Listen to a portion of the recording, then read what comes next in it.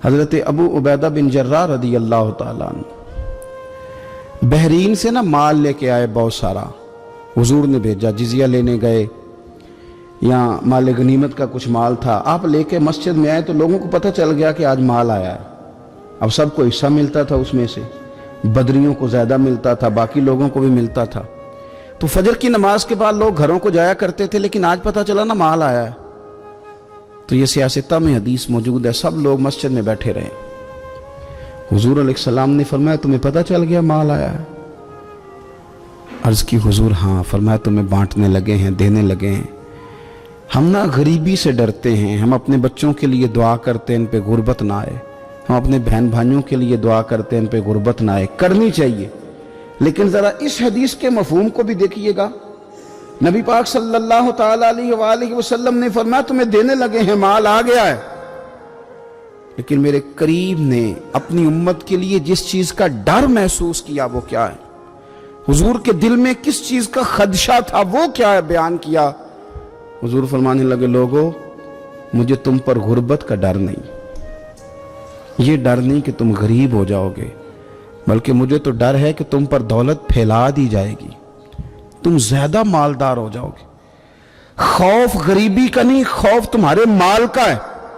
اور حضور فرماتے ہیں کہ پھر تم انہی باتوں میں مبتلا ہو جاؤ گے جن میں پرانی امتیں مبتلا ہوئی تھی، اور جب وہ اللہ کی نافرمانی میں مبتلا ہوئی تھی تو پھر وہ ہلاک کر دی گئی تھی۔ مجھے ڈر ہے، مجھے ڈر ہے۔ ہاں، جہاں دولت آتی ہے وہاں سستی بھی آتی ہے، جہاں دولت آتی ہے وہاں معاذ اللہ عیاشی بھی آتی ہے، جہاں دولت زیادہ آ جاتی ہے وہاں پھر لوگ ہر چیز کو دولت میں تولنے لگتے ہیں۔ جہاں دولت زیادہ آتی ہے میرے بھائی، پھر لوگ سمجھتے ہیں کہ ہر چیز میں خرید لوں گا، پھر لوگوں کے ذہنوں کے اندر اس طرح کا فطور آتا ہے۔ حضور نے فرمایا مجھے ڈر ہے تمہارے دولت مند ہونے کا، ڈر ہے دولت مند ہونے کا۔ یارو اپنے پیسوں سے ڈرا کرو، اپنی جائیدادوں سے ڈرا کرو، اپنے مال سے ڈرا کرو۔ وہ ہم نے جو بڑے بڑے محلات تعمیر کرنے شروع کیے ان سے ڈرا کرو، اس لیے کہ حضور نے فرمایا مجھے ڈر ہے۔ حضرت ابو بکر صدیق رضی اللہ تعالیٰ عنہ تشریف فرما تھے۔ ہمارے نا بچے بہت زیادہ آسانی مانگتے ہیں۔ اقبال نے کہا لہو مجھ کو رلاتی ہے جوانوں کی تن آسانی۔ جب میں جوانوں کا مزاج دیکھتا ہوں نا کہ اتنے آرام پسند ہو گئے ہیں تو پھر میری آنکھوں سے لہو بہتا ہے۔ لہو مجھ کو رلاتی ہے جوانوں کی تن آسانی، ان کا وجود اتنا آسانی کا ماحول لینا چاہتا ہے، ذرا سی بھی کوئی تکلیف آپ دیکھ لیں، لائٹ بند ہو جائے تو مصیبت کھڑی ہو جاتی ہے۔ کسی جگہ چند منٹ کے لیے، آدھے گھنٹے کے لیے ٹریفک بند ہو جائے تو مثلاً کیا ہو جائے گا، لیکن یہ کہ طبیعتوں میں تلخی، اور جب وہ گاڑیاں آہستہ آہستہ چلتی ہیں تو ایک دوسرے سے آگے بڑھنے کی وہ شدت، وہ ہمارے مزاج میں ایک دوسرے کے بارے میں دل میں بڑے بڑے جملے، کیوں؟ اس لیے کہ ہماری طبیعت آسانی پسند ہے، ذرا سی بھی کوئی رکاوٹ ہم نہیں برداشت کرتے، تھوڑی دیر کے لیے ٹھہرنا پڑ جائے ہمارے لیے بڑا مشکل کام ہے۔ آپ ہمیں ہماری مرضی کے خلاف کوئی بات کر دیں تو ہمیں بگڑا ہوا سمجھیں، ہماری طبیعت میں وہ آسانی ہے۔ یہ آسانیاں انسان کو پھر بڑے بڑے کام نہیں کرنے دیتی، پھر انسان کمزور پڑ جاتا ہے، پھر وہ کوئی کسی انقلابی تحریک کا کبھی حصہ نہیں بن سکتا۔ اگر وہ بڑی صلاحیت بھی رکھتا ہو تو وہ زندگی میں کوئی کارنامہ سر انجام نہیں دے پاتا، کیونکہ طبیعت میں آسانی آ گئی، اس کا مزاج ہی نہیں۔ جس بندے کو گرمی زیادہ لگتی ہے وہ کیسے آگے بڑھے گا؟ یہ سیٹھوں کے بیٹے، مالداروں کے بیٹے، پیروں کے بیٹے، بڑے بڑے جناب مشائخ کے صاحبزادگان الا ماشاءاللہ، آگے نہ بڑھنے کی وجہ کیا ہے؟ صرف یہ ہے کہ طبیعت کا تقاضا یہ ہے کہ ایک آدمی نے رومال پکڑا ہے، دوسرے نے جوتا پکڑا ہے، تیسرا گاڑی کھول رہا ہے۔ جب آپ اس قدر زیادہ ان کو آسانیوں میں مبتلا کر دیتے ہیں، پھر ان کے لیے جہاد کرنا، میدان میں نکلنا ممکن نہیں رہتا، وہ عادی نہیں ہوتے۔ امام حسن اور امام حسین رضی اللہ تعالیٰ عنہما نے جہاد اس لیے کر لیا تھا، بچپن میں ہی 7-8 سال کی عمر تھی تو ماں 3 دن روزے رکھوایا کرتی تھی، وہ 3 دن روزے رکھتے تھے، اور افطار کا وقت آتا تھا تو جو کچھ پکا ہوتا تھا وہ بھی اٹھا کے غریب اور مسکین کو دے دیا کرتے تھے۔ تو انہیں تو عادت تھی بچپن سے ہی، پھر اس لیے ایسا نہیں ہوتا کہ وہ کھانا نہیں پکا تو بچے نے موبائل توڑ دیا ہے، اس کی مرضی کا آج گھر کے اندر جو ہے وہ کھانے کا سامان موجود نہیں تھا تو اس نے ٹی وی توڑ دیا، اس طرح پھر نہیں ہوتا، پھر وہ گھر کا نقصان نہیں کرتا۔ ہمارے مزاج میں جو بے پناہ آسانی ہے، مرضی کا کھانا ہے، مرضی کا پہننا ہے۔ اب ہمارے کپڑے پرانے نہیں ہوتے، اب ڈیزائن بدل جاتا ہے۔ اب وہ کہاں چونکوں میں وہ لوگ بیٹھے ہیں جو جوتیاں گانٹھا کرتے تھے، اب کہاں وہ وقت گیا کہ جب توڑے میں ڈال کے سارے گھر کے جوتے لے جائے جاتے تھے اور ان کو گانٹھا جاتا تھا۔ شادی کا موقع اور خاندان کی شادی کا موقع، لیکن گھر کے سب لوگ جوتا پالش کروا کے ڈالتے تھے، نیا نہیں خریدتے۔ اب تو جوتے پہننے کا موقع ہی نہیں آتا، اتنے جوتے پڑے ہوئے ہیں، کون سا چھوڑا جائے کون سا پہنا جائے۔ یہ تن آسانی ہے، یہ غفلت میں مبتلا کر دیتی ہے، یہ غفلت میں۔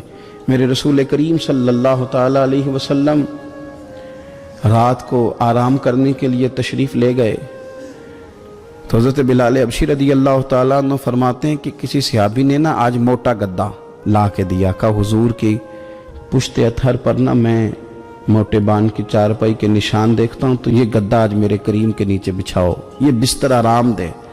حضرت بلال کہتا ہے میرا بھی بڑے دنوں سے خیال تھا، میں نے وہ ڈبل کر کے نا بچھا دیا، حضور نے آرام کیا، میرے دل کو بڑی تسلی ہوئی۔ صبح محبوب تشریف لائے، فرمایا رات میرا بستر کس نے بچھایا تھا؟ عرض کی حضور میں نے بچھایا تھا۔ فرمایا اٹھا لو، آج کے بعد نہ بچھانا، مجھے تو نیند بڑی گہری آئی ہے، میرے کئی نفل رہ گئے۔ فرمایا میں تمہاری دنیا کے اندر آرام کرنے نہیں آیا، میں تو مسافر ہوں، اپنا وقت بتانے کے لیے آیا ہوں۔ تم نے یہ میرے لیے نیچے اتنا آرام دہ بستر کیوں بچھا دیا؟ حضور سید عالم صلی اللہ علیہ وسلم کے کمر پر موٹے بان کی چارپائی کے نشان دے کر حضرت عمر جیسا بندہ رو پڑا جو مزاجن سخت مزاج ہے، اور عرض کی حضور یہ آپ کی کیا کیفیت ہے؟ کیسر و کسرا اللہ کے دشمن اتنی آسانیوں میں اور آپ اس حال میں؟ تو حضور نے فرمایا عمر تم یہ پسند نہیں کرتے کہ دنیا میں تھوڑی سی مشکل برداشت کریں اور آخرت کی ساری عزتیں اللہ ہمیں ہی عطا فرمائے؟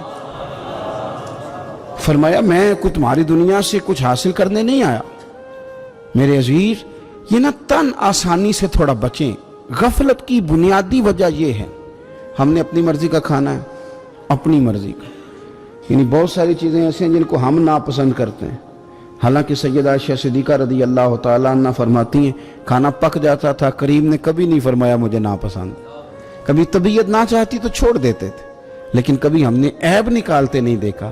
بھائی تن آسانی ہمیں غافل کر رہی ہے، ہم سوتے ہی اس بستر میں جو سویرے آنکھ کھلنے نہیں دیتا، ہم نے اوڑھ ہی وہ والے بستر لیے ہیں، ہم نے کمرے اس طرح بند کیے ہیں کہ وہاں تو ہوا مشکل سے آتی، تو آواز کسی کی کیسے آئے گی؟ دادا آوازیں دیتے رہے فجر کا وقت ہو گیا، والد کہتے رہے، مؤذن نے روز اذان پڑھی، پر چونکہ ہم نے کمرہ ہی بڑا آرام دہ بنایا تھا، ہم نے قریب کوئی چیز آنے نہیں دی۔ یہ تھوڑے دن پہلے ہمارے شہر کا واقعہ، ایک صاحب نے ضلع گجرانوالہ کے ایک گاؤں میں ایک صاحب نے کیا کیا ہے، انہوں نے کہا کہ جناب میں تمہیں روز منع کرتا ہوں کہ اذان پڑھا کرو، بعد میں نعت نہ پڑھا کرو، سونا ہوتا ہے، اذان ہو گئی ختم ہو گئی تم ایک نعت بھی سناتے ہو۔ اسی بات پر اس شخص کو باہر بلایا اور گولی مار دی، بندہ مار دیا، تو میری نیند میں خلل واقعہ کرتا ہے، تو وہ تو ابدی نیند سو گیا ہے، تو کیا آپ ساری عمر جاگتے رہیں گے؟ آپ کو بھی سونا ہے، آپ کو بھی جانا ہے، قبر میں پہنچنا ہے۔ یہ غافلوں والی جو زندگی ہے نا یہ تباہ کر دیتی ہے، تباہ۔ اور بہت سارے لوگ ایسے ہیں پھر ان پر پکی مہریں لگ جاتی ہیں، پھر وہ جاگنا بھی چاہے تو آنکھ نہیں کھلتی، پھر اٹھنا بھی چاہیں تو بیداری نہیں ہوتی، اس لیے کہ سوتے کو جگانا آسان ہوتا ہے، جاگتے کو جگانا بڑا مشکل کام۔ حضرت ابو بکر صدیق رضی اللہ تعالیٰ عنہ امیر المومنین ہے، آپ نے کبھی آسانیاں دیکھی ہیں؟ گورنر کے گھر میں، وزیر اعلیٰ کے گھر میں، وزیروں کے گھروں میں کیا نظام ہے، کیا جناب دنیا ہی الگ ہے۔ کبھی سیٹھوں نوابوں کے ہاں آپ دیکھیں کس طرح کا جناب ان کا رہن سہن ہے، بالکل دنیا ہی اور ہے۔ حضرت ابو بکر صدیق امیر المومنین ہے، پیاس لگی تو پانی مانگا، لوگوں نے شہد ملا کے پانی پیش کیا، پانی منہ کے قریب گیا تو جناب صدیق اکبر کے بغیر کسی اختیار کے چھم چھم آنسو بہے، اتنا روئے کہ لوگ کہتے ہمیں پتہ کوئی نہیں تھا بات کیا ہے، پر ابو بکر کا رونا دیکھ کے ہمارا بھی رونا نکل گیا، پتہ نہیں تھا ہوا کیا ہے، کس وجہ سے رو رہے ہیں یہ نہیں پتا تھا، ان کو روتے دیکھا تو ہم بھی رو پڑے. دیر تک وہ آہیں لیتے رہے, سسکیاں بھرتے رہے, آنسو بہاتے رہے, تڑپتے رہے, لوٹ پوٹ ہوتے رہے. عجیب کیفیت ہم نے دیکھی. بڑی دیر کے بعد وہ سنبھلے. عرض کی امیر المومنین ہمیں بھی بتلائیے, اتنے آنسو, اتنے آنسو. جناب صدیق اکبر رضی اللہ تعالیٰ عنہ فرمانے لگے میں نا ایک دن حضور کی بارگاہ میں حاضر تھا, تو نبی کریم علیہ السلام کسی چیز کو فرما رہے تھے, ہٹ جا مجھ سے دور ہو جا, مجھ سے دور ہو جا, مجھ سے دور ہو جا. تو فرماتے ہیں میں نے بعد میں عرض کی حضور آپ کس چیز کو ہٹا رہے تھے؟ تو حضور فرمانے لگے میرے پاس دنیا آئی تھی, تو میں نے اسے کہا تو مجھ سے دور ہو جا, میرے قریب نہ, دور ہو جا. تو حضور فرماتے ہیں وہ مجھ سے چلی گئی, پر جاتی دفعہ کہہ گئی ہے کہ حضور آپ نے تو مجھے اپنے سے دور کر دیا, پر آپ کے بعد والے مجھ سے بچ نہیں سکیں گے. وہ مجھے قبول کر لیں گے, وہ مجھے بڑی بڑی سیف الماریوں میں جگہ دیں گے, وہ تجوریوں میں بھر لیں گے, وہ مجھے رکھ لیں گے, پسند کر لیں گے. حضور نے فرمایا تو ہٹ جا. حضرت صدیق اکبر فرمانے لگے میں پانی مانگتا ہوں, مجھے شہد دیتے ہو, مجھے دنیا دار نہ کر دینا, مجھے اس آسانی میں مبتلا نہ کر دینا, مجھے ڈر لگتا ہے ان لوگوں میں نہ ہو جاؤں جن پر دنیا پھیلا دی گئی, پھر وہ اللہ کے ذکر سے غافل ہو گئے. بھائی کتنے دکھ کی بات ہے کہ کچھ لوگوں نے پچھلے رمضان شریف کو قرآن مجید کھولا تھا, یعنی ایک مہینے میں بھی ایک قرآن شریف ہم ختم نہیں کر پاتے. کیا ہم روز فون نہیں سنتے؟ کیا ہمارے پاس جو SMS آتے ہیں ان کے جواب نہیں دیتے؟ کیا ہم اپنی مرضی سے اپنی طبیعت کے مطابق نیند پوری نہیں کرتے؟ کیا ہفتے میں 1-2 دفعہ ہم باہر سے جا کے کھانا کھانے کا پلان نہیں کرتے؟ سارے کام ہم کر رہے ہیں, ٹائم نکل رہا ہے, دوستوں کے ساتھ ملاقاتیں ہو رہی ہیں, خوش گپیاں جاری, تو کیا وجہ ہے قرآن پاک ہمارا مہینے میں 1 دفعہ ختم کیوں نہیں ہوتا؟ درود پاک کی مجالس ہم قائم کیوں نہیں کرتے؟ ہم کیوں نہیں اپنے آپ کو تھوڑا سا وقت دیتے؟ کیوں نہیں ہم اپنی روحانی زندگی کو آباد کرنے کے لیے تھوڑا سا آگے بڑھتے؟ کیوں نہیں وظائف پابندی سے پڑھتے؟ کیوں فجر سے تھوڑا پہلے ہماری آنکھ نہیں کھلتی؟ غافلوں والی زندگی نہ گزارے.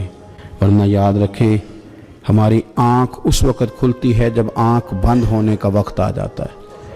اس وقت آنکھ کھولیں گے تو اس کا فائدہ کوئی نہیں ہوگا. اب وقت ہے, اب وقت ہے, اپنے آپ کو ذہنی طور پر تیار کریں, اپنے دل سے روز کلام کریں. جس طرح اپنے پیسوں کا روز حساب کرتے ہیں تو اپنے دینی معاملات کا بھی حساب کریں کہ کہاں کتنی چیزیں ایسی ہیں جو میں نے بلا وجہ چھوڑ دیں. غافلوں والا وقت نہ گزاریں. ایک لمحہ جو زندگی میں غفلت میں گزرتا ہے نا, غفلت میں بڑا خوفناک ہو جاتا ہے. یہ بھی یاد رکھنا لمحے غافل ہوتے ہیں پر صدیوں کو سزا بھگتنی پڑتی. لمحوں نے خطا کی تھی, صدیوں نے سزا پائی.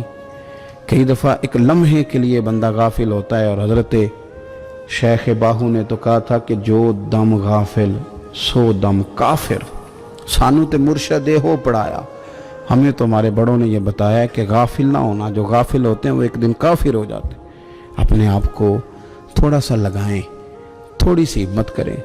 یہ اسلام تو ہمیں تازہ ہی بڑا کرتا ہے. کہتے تیری آنکھ کھل گیا نا تو ذرا وضو تو کر اٹھ کے, کیوں؟ تاکہ تیری غفلت ختم ہو. فجر کی نماز پڑھی تھی, ناشتہ کیا تھا, کام کار پہ گئے تھے, بس لگا تھا کام سے دل لگنے تو زور کی اذان ہو گئی. کہا تو واپس آ جا, غافل نہ ہو جانا, آ جا تھوڑی نماز پڑھ جا. تو پھر یہ آیا تھا, نماز اس نے پڑھی تھی, اب یہ واپس گیا تھا تو شام ہونے لگی تھی. شام ہوتے ذرا بندے کا وجود تھکنے لگتا ہے, تو طبیعت اس کی تھکنے لگی تو اسے کہا نہیں کہیں تجھے تیرا وجود ذہن غافل نہ کر دے, آ جا عصر بھی پڑھ جا آ کے. تو یہ واپس گیا تھا کہ وہ پھر غلبہ ہونے لگا تھا اس پر. تو اسے کہا کہ نہیں, دن جا رہا ہے, رات آ رہی ہے, اس کے بیچ بھی نماز پڑھ تاکہ دن رات تیری عبادت کے گواہ ہو جائیں, آ جا. پھر یہ سونے لگا تو اسے کہا ایسے ہی نہ سو جانا, تو عشاء پڑھ کے سو, کیا ملے گا؟ تو مدینے والے محبوب فرماتے ہیں عشاء جماعت کے ساتھ پڑھ, فجر اٹھ کے جماعت کے ساتھ پڑھنا, رب ساری رات عبادت کرنے کا ثواب عطا کر دے, ساری رات عبادت کا ثواب دے دے. تو ہم نے یہ کرنا ہے کہ ہم نے نہ اپنے آپ کو تازہ رکھنا ہے, ہم نے اپنے آپ کو تازہ. ہمارے نا بزرگ اس طرح کرتے تھے کہ یہ ایز اے اسپیشل جاتے تھے. یہ جو ہم انعقاد کرتے ہیں نا اجتماعات کا, ہمارے بزرگوں نے ہمیں طریقہ دیا ہے کہ نصیحت لو. یہ جو نصیحت ہوتی ہے یہ نفع دیتی ہے. آپ کے کانوں سے بات ٹکراتی ہے تو دل میں ایک دفعہ جاتی ضرور ہے. یہ مزاج ہوتا ہے. ہمارے بزرگ نہ چل کے جاتے تھے، چل کے جاتے تھے اور جا کہتے تھے کوئی نصیحت ایک ہو جائے. چل کے جایا کرتے تھے تو نصیحت ہو جاتی تھی. حضرت داؤد طائی رحمۃ اللہ تعالیٰ علیہ ارشاد فرماتے ہیں کہ ہارون رشید بادشاہ آیا، کئی جگہوں سے ہو کے میرے پاس آیا تو میرے ساتھ ہاتھ میں لایا، سلام لی تو بھی ہاتھ پکڑے ہوئے تھے. تو کہنے لگا حضور کو نصیحت کر دیں. تو میں نے کہا نصیحت کیا کرنی ہے، تیرے ہاتھ بڑے نرم و نازک ہیں، دیکھنا کہیں جہنم میں جل نہ جائیں. کہتے ہیں وہ نصیحت میں نے کی تھی، لیکن جب وہ میری نصیحت سن کے رویا نہ تو اس کے رونے سے میں نے بھی رونا شروع کر دیا. تو میں نے اسے کہا نصیحت میں نے تجھے کی تھی، لیکن دیکھ اس نے میرے دل پہ کتنا اثر کیا ہے. حضرت بہاءالحق نقشبند بخاری رحمۃ اللہ علیہ فرماتے ہیں میں نے مینا کے میدان میں ایک نوجوان دیکھا جو لاکھوں کا کاروبار کر رہا تھا، لاکھوں کا، دیناروں کا کاروبار کرتا تھا، سونے چاندی ہیرے جواہرات کا کام کرتا تھا. لیکن فرماتے میں نے اس کے دل پہ نظر ڈالی، لاکھوں کا کام کرتا تھا پر اس کا دل ایک منٹ کے لیے بھی اپنے رب کی یاد سے غافل نہیں تھا. ہر وقت اس کا دل اپنے مالک کی یاد میں مصروف تھا، ہر وقت. ارشاد فرماتے ہیں کہ میرا شروع میں اس کے بارے میں گمان یہ تھا کہ دیکھو یہ شخص کیا کر رہا ہے، پیسہ کما رہا ہے، دولت کے چکر میں پڑا ہوا ہے. فرماتے ہیں کہ پھر میں نے ایک اور منظر دیکھا، ایک اور رنگ میں نے دیکھا کہ وہ کما رہا تھا، اور پھر اختتام حج پہ میں نے دیکھا کہ جو کمایا تھا سارا اللہ کے بندوں پہ خرچ کر رہا تھا. آپ اور میں، ہم نے دیکھنا صرف یہ ہے کہ کہیں ایسا تو نہیں ہے کہ دولت میں الجھ گئے. بہت سارے لوگوں نے یہ کہا تھا، ہم سنتے تھے جب کوئی آدمی جانے لگتا تھا نا پردیس پیسہ کمانے کے لیے تو وہ کہا کرتا تھا کہ میں ملک سے باہر جا رہا ہوں، 2 4 5 سال لگا کے آؤں گا، واپس آ کے پھر یہاں میں نے کوئی کام کرنا ہے، تھوڑے سے پیسے کماؤں تاکہ یہاں نہ پھر میرا سلسلہ کوئی بن جائے. وہ 3 سال لگانے گئے تھے پر 30 گزر گئے ہیں، لوٹ کے واپس کوئی نہیں آئے. وہ 4 سال کا کہہ کے گئے تھے پر سال 40 ہو گئے، لوٹے نہیں. کیوں نہیں لوٹے؟ اس لیے کہ پہلے مفاد چھوٹا تھا، خیال یہ تھا کہ تھوڑے سے پیسے آ جائیں گے، بچوں کا خرچہ چلنے لگ جائے، فیسیں پوری ہونے لگ جائیں اور مجھے کسی سے مانگنا نہ پڑے تو بس پھر میں کامیاب ہوں. یہ طے کیا تھا. اس کے فوراً بعد پھر جب باہر گئے تو خیال آیا کہ نہیں، صرف پنکھے کا نہیں اے سی کا بل بھی دینا پڑے گا. پھر تھوڑا اور آگے بڑھے تو خیال آیا کہ چھوٹی گاڑی پہ گزارا نہیں ہوتا، بڑی گاڑی نہ لے لیں. پھر خیال آیا کہ بڑی گاڑی لی ہے تو یہ تو اندر کھڑی نہیں ہوتی، سامنے والا پلاٹ مل جائے تو ذرا گراج اچھا بن جائے گا. پھر الجھ گئے دوستو. پھر نہ مالک حقیقی کی جانب وہ نظر جو ہماری ہونی چاہیے تھی نہ رہی. ذوق سے نماز پڑھتے تھے، پھر ہماری نمازیں مختصر ہو گئیں. ہم سویرے اٹھ کے ذوق سے قرآن پاک پڑھتے تھے، پھر وہ وقت بھی ہمارا دفتر کی تیاری میں لگ گیا. رات درود شریف پڑھتے تھے، لیکن وہ بھی سارا ہمارا حساب کتاب میں وقت گزر گیا. ہم نے یہ سمجھا ہی نہیں کہ دولت کارخانہ نہیں دیتا، دولت سیٹھ صاحب نہیں دیتے، دولت آپ کو آپ کی فیکٹری نہیں دیتی، دینے والے تو رب کریم کی ذات ہے. تو جہاں سے آنا تھا وہاں توجہ دینی چاہیے تھی کہ جہاں صرف ایک سبب تھا، ذریعہ تھا. حضرت اویس کرنی رضی اللہ تعالیٰ عنہ، ہمارے صوفیاء میں ایک لفظ بولا جاتا ہے فقر بوذر، یعنی کچھ لوگ ایسے ہیں جو سیدنا ابو ذر غفاری رضی اللہ تعالیٰ عنہ کے طریقے پہ چلتے ہیں. ایک لفظ بولا جاتا ہے فقر بوذر. کچھ لوگ فقر بوذر کے قائل تھے، اسی مزاج کے قائل تھے حضرت سیدنا اویس کرنی رضی اللہ تعالیٰ.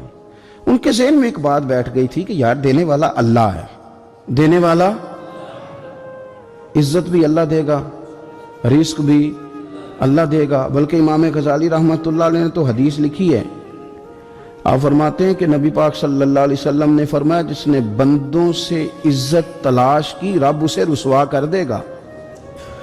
جو سیاست کر کے عزت حاصل کرنا چاہتا ہے، جو اس طرح کا ماحول بناتا ہے کہ میں کوئی ایسے کام کروں کہ لوگ میری واہ واہ کریں، لوگوں سے عزت کا حصول کرنے والے کو رسوا کر دیا جاتا ہے. عزت در اصل وہی ہے جو رب کریم عطا فرماتا ہے.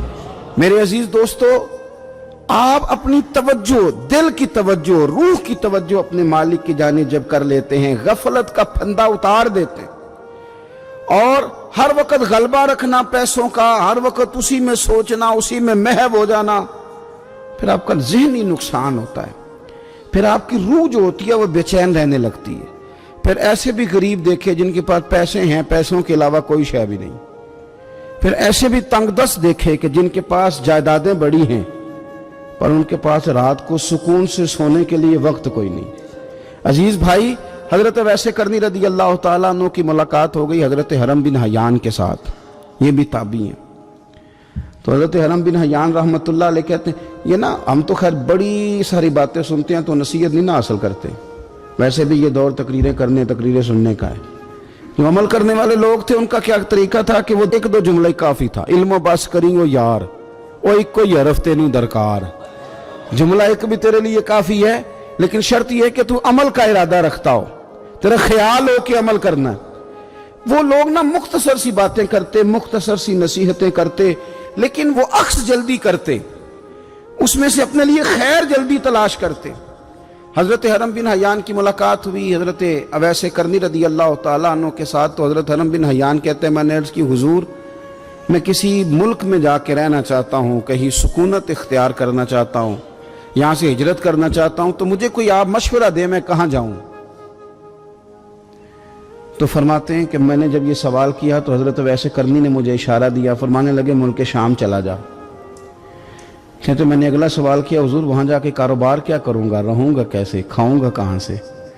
تو فرماتے ہیں حضرت ویسے کرنی نے رومال اٹھایا، کندھے پہ رکھا اور چلنے لگے۔ میں نے کہا حضور آپ نے سوال کا جواب ہی نہیں دیا۔ تو فرمانے لگے جس دل کو ابھی تک یہی یقین نہیں آیا کہ روزی کون دیتا ہے اسے میں نصیحت کیا کروں؟ میں تجھے نصیحت کروں جسے آج تک یہی نہیں پتا کہ روزی کون دیتا ہے؟ تو ابھی تک اپنے دل کو پکا ہی نہیں کر پایا کہ روزی رب دیتا ہے؟ او خدا کے بندے کیا نصیحت کروں تجھے؟ تو ابھی تک یہاں اڑا ہوا ہے۔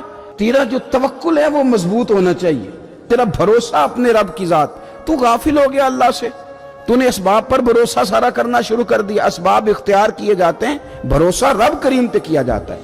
ہماری جو غفلت ہے نا وہ بھلا کیوں ہوئی ہے؟ وہ اس لیے ہوئی ہے کہ پیسے کسی کو بھی برے نہیں لگتے، پتہ نہیں ان میں کیا کشش ہے۔ یہ نہ آپ کسی جگہ بھی ان کا نام لے لیتے ہیں، یہ کسی جگہ بھی آ جاتے ہیں تو یہ برے لگتے ہی نہیں۔ یہ جناب بڑی بڑی فقیری کا دعویٰ کرنے والے اور لوگوں کو طریقت اور تصوف کا درس دینے والے ان کو بھی اچھے لگتے ہیں۔ یہ تو جناب جو لوگوں کو کہہ رہے ہیں فقیر ہو جاؤ وہ خود امیر ہوتے جا رہے ہیں۔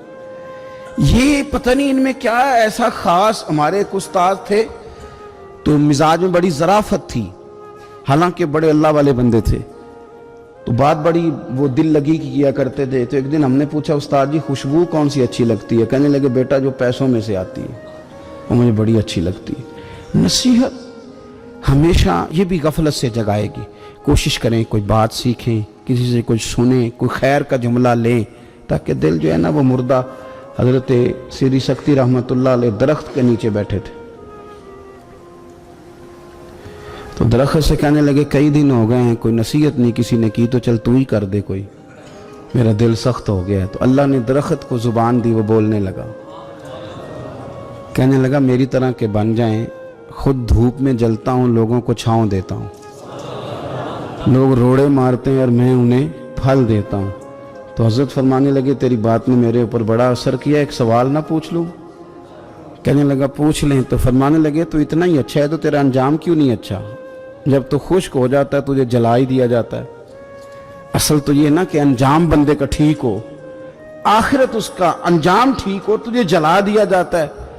تو کہتے ہیں درخت کہنے لگا حضور آپ نے تو مجھے کہا تھا نصیحت کرنے کا، اب آپ نے مجھے شروع کر دی ہے اور میری نبض پہ آپ نے ہاتھ رکھ لیا ہے، بڑا اچھا کیا مجھے آپ نصیحت کر رہے ہیں۔ کہنے لگا حضور میرے اندر بڑی خوبیاں ہیں پر ایک خامی ہے جس وجہ سے میرا انجام ٹھیک نہیں ہوتا، میرے پاس استقامت کوئی نہیں، جدھر کی ہوا ہوتی ہے میں بھی ادھر کا ہی ہو جاتا ہوں، اگر کہیں استقامت ہوتی تو پھر میرا یہ انجام نہ ہوتا۔ استقامت اختیار کریں زندگی کے اندر، استقامت جو ہے وہ انسان کا انجام ٹھیک کرتی ہے۔ اللہ کے حضور دعا ہے مالک کریم ہماری حاضری کو قبول فرمائے، ہمارے حال پہ رحم فرمائے۔